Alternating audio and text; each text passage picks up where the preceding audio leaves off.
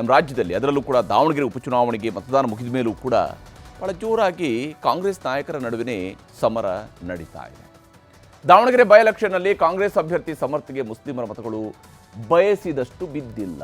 ಹೀಗತ್ತ ನಾವು ಹೇಳ್ತಾ ಇಲ್ಲ, ಕಾಂಗ್ರೆಸ್ನ ಮುಸ್ಲಿಂ ನಾಯಕರುಗಳೇ ಹೇಳ್ತಾ ಇದ್ದಾರೆ. ಅಲ್ಪಸಂಖ್ಯಾತರಿಗೆ ಟಿಕೆಟ್ ಕೊಡಲಿಲ್ಲ ಅನ್ನೋ ಸಿಟ್ಟನ್ನು ವಸತಿ ಸಚಿವ ಜಮೀರ್ ಅಹಮದ್ ಖಾನ್ ತೀರಿಸಿಕೊಂಡ್ರ ಅನ್ನುವ ಅನುಮಾನ ಶುರುವಾಗಿದೆ. ಆದರೆ ಕಾಂಗ್ರೆಸ್ನವರಿಗೆ ಈ ಅನುಮಾನವಾಗಿ ಉಳಿದಿಲ್ಲ, ಅದು ದೃಢವಾಗ್ತಾ ಇದೆ. ಬೈ ಎಲೆಕ್ಷನ್ ಘೋಷಣೆಯಾಗಿ 15 ದಿನ ಆದಮೇಲೆ ಸಚಿವ ಜಮೀರ್ ಅಹಮದ್ ದಾವಣಗೆರೆಗೆ ಬಂದಿದ್ದರು. ಅಲ್ಲಿವರೆಗೂ ಅವರು ಕೇರಳದಲ್ಲಿ ಚುನಾವಣಾ ಪ್ರಚಾರದಲ್ಲಿದ್ದರು. ಆದರೆ ಕಾಂಗ್ರೆಸ್ ಅಭ್ಯರ್ಥಿ ಸಮರ್ಥ ಪರವಾಗಿ ಪ್ರಚಾರ ಮಾಡದೆ ಬರೀ ಸುದ್ದಿಗೋಷ್ಠಿಯನ್ನು ಮಾಡಿ ಅವರು ಹೋಗಿದ್ದರು. ಅವತ್ತು ಎಸ್ ಮಲ್ಲಿಕಾರ್ಜುನ್ ಅವರ ಕೈ ಹಿಡಿದು ನಾವು ಒಗ್ಗಟ್ಟಾಗಿದ್ದೀವಿ, ಜಗಳನೇ ಇಲ್ಲ ಅಂತೆಲ್ಲ ಅವರು ಹೇಳಿದರು. ಈಗ ನೋಡಿದರೆ ದಾವಣಗೆರೆಯಲ್ಲಿ ಕಾಂಗ್ರೆಸ್ಗೆ ಮುಸ್ಲಿಂ ಮತಗಳು ನಿರೀಕ್ಷಿಸಿದಷ್ಟು ಬಿದ್ದಿಲ್ಲ. ಜಮೀರ್ ಅಹಮದ್ ಅವರ ನಡೆಯಿಂದಾಗಿ SDPI ಅಭ್ಯರ್ಥಿಗೆ ಸಹಾಯ ಆಗಿದೆ ಅನ್ನುವಂಥ ಆರೋಪ ಕೇಳಿದರು. ಈ ಆರೋಪ ಮಾಡಿದಂಥವರು ಬೇರೆ ಯಾರೂ ಅಲ್ಲ, ಶಾಸಕ ರಿಜ್ವಾನ್ ಅರ್ಷದ್ ಹಾಗೂ ವಿಧಾನ ಪರಿಷತ್ನ ಸದಸ್ಯ ಸಲೀಂ ಅಹಮದ್. ಪಾರ್ಟಿಯಲ್ಲಿ ಆಂಕಲನ ಮಾಡ್ತಾರೆ, ವಿಶ್ಲೇಷಣೆ ಮಾಡ್ತಾರೆ. ಪಾರ್ಟಿಗೆ ಬಿಟ್ಟಿದ್ದು ನಾನಂತೂ ಏನು ಹೇಳೋಕ್ಕೆ ಹೋಗೋದಿಲ್ಲ. ಪಾರ್ಟಿಗೆ ಗೊತ್ತಿದೆ ಯಾರು ಏನು ಕೆಲಸ ಮಾಡಿದ್ದಾರೆ, ಯಾರು ಮಾಡಿಲ್ಲ, ಏನಾಯಿತು, ಅದೆಲ್ಲ ಪಕ್ಷದಲ್ಲಿ ಮಾಹಿತಿ ಇದ್ದೇ ಇರ್ತದೆ ಸಾಮಾನ್ಯವಾಗಿ. ಸೊ ಅವರು ಪಕ್ಷದ ವರಿಷ್ಠರಿಗೆ ಬಿಟ್ಟಿರ್ತಕ್ಕಂಥದ್ದು. ರಾಜ್ಯದಲ್ಲಿ ನಮ್ಗೆ ಗೊತ್ತಿದೆ ಕಾಂಗ್ರೆಸ್ ಸರ್ಕಾರ ಅಧಿಕಾರದಲ್ಲಿದೆ. AIC ಜನರಲ್ ಸೆಕ್ರೆಟರಿಗಳಿದ್ದಾರೆ, ಮುಖ್ಯಮಂತ್ರಿಗಳು ಇದ್ದಾರೆ, ಡೆಪ್ಯೂಟಿ ಚೀಫ್ ಮಿನಿಸ್ಟರ್ KPC ಅಧ್ಯಕ್ಷ ಇದ್ದಾರೆ. ಅವ್ರಿಗೆಲ್ಲ ಮಾಹಿತಿ ಇದೆ, ಸೂಕ್ತ ಸಮಯದಲ್ಲಿ ಸೂಕ್ತ ನಿರ್ಧಾರ ತಗೊಳ್ತಾರೆ. ಹೀಗೆ ಇಬ್ಬರು ಪಕ್ಷಕ್ಕೆ ಮಾಹಿತಿ ಇದೆ ಅಂತ ಹೇಳ್ತಿದ್ದಾರೆ. ಆದರೆ ಇದು ಬರೀ ಆರೋಪಗಳಷ್ಟೇ ಅಲ್ಲ. ಅಲ್ಪಸಂಖ್ಯಾತರ ನಾಯಕನಾಗಿ ಕಾಂಗ್ರೆಸ್ನಲ್ಲಿ ಈಗ ಅತಿದೊಡ್ಡ ನಾಯಕನಾಗಿ ಹೊರಹೊಮ್ಮಿರುವಂಥ ಜಮೀರ್ ಅಹಮದ್ ಖಾನ್. ಈಗ ಜಮೀರ್ ಅಹಮದ್ ಖಾನ್ ವಿರುದ್ಧ ಕಾಂಗ್ರೆಸ್ನ ಹೈಕಮಾಂಡ್ಗೂ ಕೂಡ ದೂರು ಸಲ್ಲಿಕೆಯಾಗಿದೆ ಮತ್ತು ಹೈಕಮಾಂಡ್ಗೆ ಒಂದು ವರದಿಯನ್ನು ಸುರ್ಜೇವಾಲಾ ಅವರು ಕೂಡ ಕಳಿಸ್ಕೊಡೋದಕ್ಕೆ ರೆಡಿಯಾಗಿದ್ದಾರೆ. ಹಾಗಾದರೆ ಯಾವ ಕಾರಣಕ್ಕಾಗಿ ಜಮೀರ್ ಮೇಲೆ ದೂರು ಅನ್ನೋದು ನಾವು ಗಮನಿಸಬೇಕು. ವಿಶೇಷವಾಗಿ ಕಾಂಗ್ರೆಸ್ ಅಭ್ಯರ್ಥಿ ಪರವಾಗಿ ಜಮೀರ್ ಅಹಮದ್ ಖಾನ್ ಅವರು ಕೆಲಸ ಮಾಡಿಲ್ಲ ಅನ್ನುವಂಥದ್ದು ಬಹಳ ಮುಖ್ಯವಾದಂಥ ಆರೋಪ ಜಮೀರ್ ಅವರ ವಿರುದ್ಧ ಇದೆ. ಜಮೀರ್ ಅವರ ನಡೆಯಿಂದಾಗಿ SDPI ಅಭ್ಯರ್ಥಿಗೆ ಸಹಾಯ ಆಗಿದೆ, ಕಣದಲ್ಲಿದ್ದಂತಹ SDPI ಅಭ್ಯರ್ಥಿಗೆ ಸಹಾಯ ಆಗಿದೆ. ಜಮೀರ್ ಅವರು ಪ್ರಚಾರಕ್ಕೆ ಬರದೇ ಇದ್ದಿದ್ದರಿಂದ ಪರೋಕ್ಷವಾಗಿ ವಿರೋಧಿಗಳಿಗೆ ಜಮೀರ್ ಅಹಮದ್ ಖಾನ್ ಅವರು ನೆರವಾಗಿದ್ದಾರೆ. ನೇರವಾಗಿ ಅಲ್ಲದೆ ಇರಬಹುದು, ಆದರೆ ಪರೋಕ್ಷವಾಗಿ ಅದು ನೆರವಾಗಿದ್ದಾರೆ. ಅಬ್ದುಲ್ ಜಬ್ಬಾರ್, ನಜೀರ್ ಅಹಮದ್ ಇವರೆಲ್ಲರೂ ಕೂಡ ಕಾಂಗ್ರೆಸ್ನ ಪ್ರಮುಖ ನಾಯಕರುಗಳು. ಆದರೆ ಅವರು ಕೂಡ ಪ್ರಚಾರಕ್ಕೆ ಬಂದಿಲ್ಲ.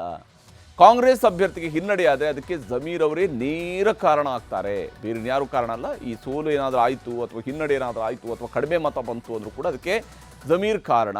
ಕಡಿಮೆ ಅಂತರದಲ್ಲಿ ಗೆದ್ದರೂ ಜಮೀರ್ ಅಹಮದ್ ಅವರೇ ಹೊಣೆ ಅನ್ನೋದನ್ನು ಹೇಳ್ತಾ ಇದ್ದಾರೆ.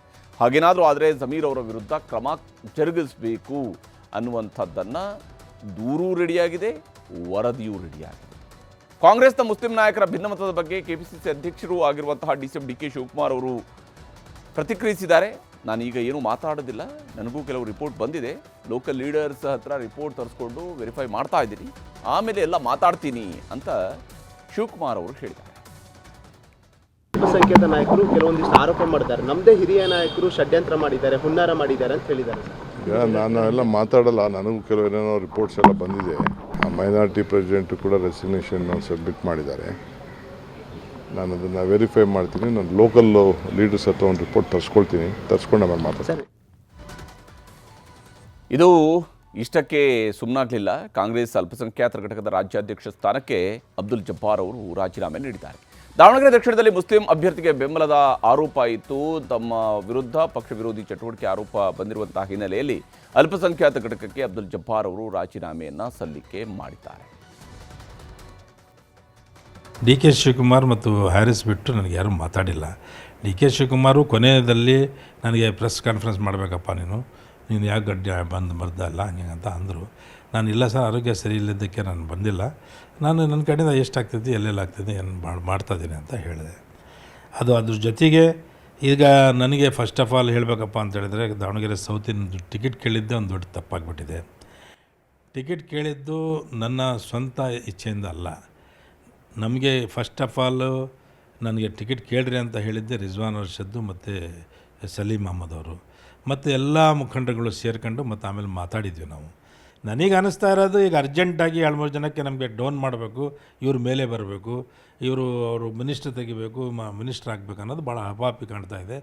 ಅದರಲ್ಲಿನೂ ಕಾಂಪಿಟೇಷನ್ ಯಾರ್ಯಾರಿಗೆ ಸಲೀಂ ಅಹಮದ್ದು, ನಿಮ್ಮ ರಿಜ್ವಾನ್ ಅರ್ಷದ್ ಇವರೆಲ್ಲ ಭಾಳ ಅರ್ಜೆಂಟಾಗಿ ಮಿನಿಸ್ಟ್ರುಗಳಾಗ್ದಂಗೆ ಕಾಣ್ತೈತಿ. ಅದಕ್ಕೆ ನಮಗೇನು ಅವ್ರು ಆದ್ರೂ ನಮಗೇನು ಅಭ್ಯಂತರ ಇಲ್ಲ. ಆದರೆ ಯಾರ್ದಾರ ಕಾಲು ಎಳೆಯೋದು ಐತಲ್ಲ, ಇದು ಒಳ್ಳೆಯ ಬುದ್ಧಿ ಅಲ್ಲ. ಅಲ್ಲಿ ಕ್ಯಾಂಡಿಡೇಟ್ ಆಗಿರೋ ಫಾದರು ಮಿನಿಸ್ಟರ್, ನಮ್ಮ ಜಿಲ್ಲಾ ಮಂತ್ರಿಯವರು ಒಂದು 2 ಸರ್ತಿ ಸ್ಟೇಟ್ಮೆಂಟು ಜಮೀರ್ ಅಹಮದ್ ಸಾಹೇಬ್ರು ವಿರೋಧ ಕೊಟ್ಟಿದ್ದಕ್ಕೆ ಅವ್ರಿಗೂ ಯಾರೇ ಆದ್ರೂ ಸಹಿತ ಬೇಜಾರಾಗಿ ಅವ್ರು ಬರಲಿಲ್ಲ ಅಂತ ಅನ್ನಿಸ್ತಿದೆ. ಆಮೇಲೆ ಕೇರಳಕ್ಕೆ ಇನ್ಚಾರ್ಜ್ ಹಾಕಿದ್ರು, ಅಲ್ಲಿ ಹೋಗಿದ್ದಾರೆ. ಅದಕ್ಕೆ ಅವ್ರ ಮೇಲೇ ಗೂಬೆ ಕೂರಿಸೋದು ಅದು ಒಳ್ಳೆಯದಲ್ಲ. ಯಾಕಂತ ಹೇಳಿದರೆ ಇವ್ರು ಯಾಕೆ ಅವನು ಬಂದಿಲ್ಲ ಅಂದರೆ ಚೆನ್ನಾಗಿದೆ, ಅವ್ನು ಬಂದ್ರೇನು ಹೋದ್ರೆ ಅವ್ನು ಯಾಕೆ ಅವ್ನು ಬಂದು ಇಲ್ಲೇನು ಮಾಡ್ತಾನೆ ಅಂತ ಹೇಳಿದರೆ ಸಿಂಗುಲರಾಗಿ ಮಾತಾಡಿರೋದಕ್ಕೆ ಯಾರೇ ನಾನೇ ಆಗಿದ್ರೂ ಬರ್ತಿದ್ದಿಲ್ಲ, ಅವರಾಗಿದ್ದಕ್ಕೂ ಬರ್ತಾಯಿಲ್ಲ. ಮತ್ತು 2ನೇ ವಿಚಾರ, ಈಗ ಯಾರು ಆಕಸ್ಮಿಕವಾಗಿ ರಿಸಲ್ಟಿಂದ ಅದು ಇದು ಯಾರು ನಮ್ಗೆ ನಮ್ಮ ದಾವಣಗೆರೆ ಸೌತ್ನಾಗ ಬಂದು ಯಾರು ಕೆಲಸ ಮಾಡಿದ್ದಾರೆ, ರಿಜ್ವಾನ್ ಅರ್ಷದ್ದು, ಸಲೀಂ ಅಹಮ್ಮದ್ದು, ಇನ್ನೂ ಇತರೆ ಮುಖಂಡರುಗಳು ಯಾರು ಬಂದು ಕೆಲಸ ಮಾಡಿದ್ದಾರೆ, ಅವ್ರು ಜವಾಬ್ದಾರ ಆಗ್ತಾರೆ.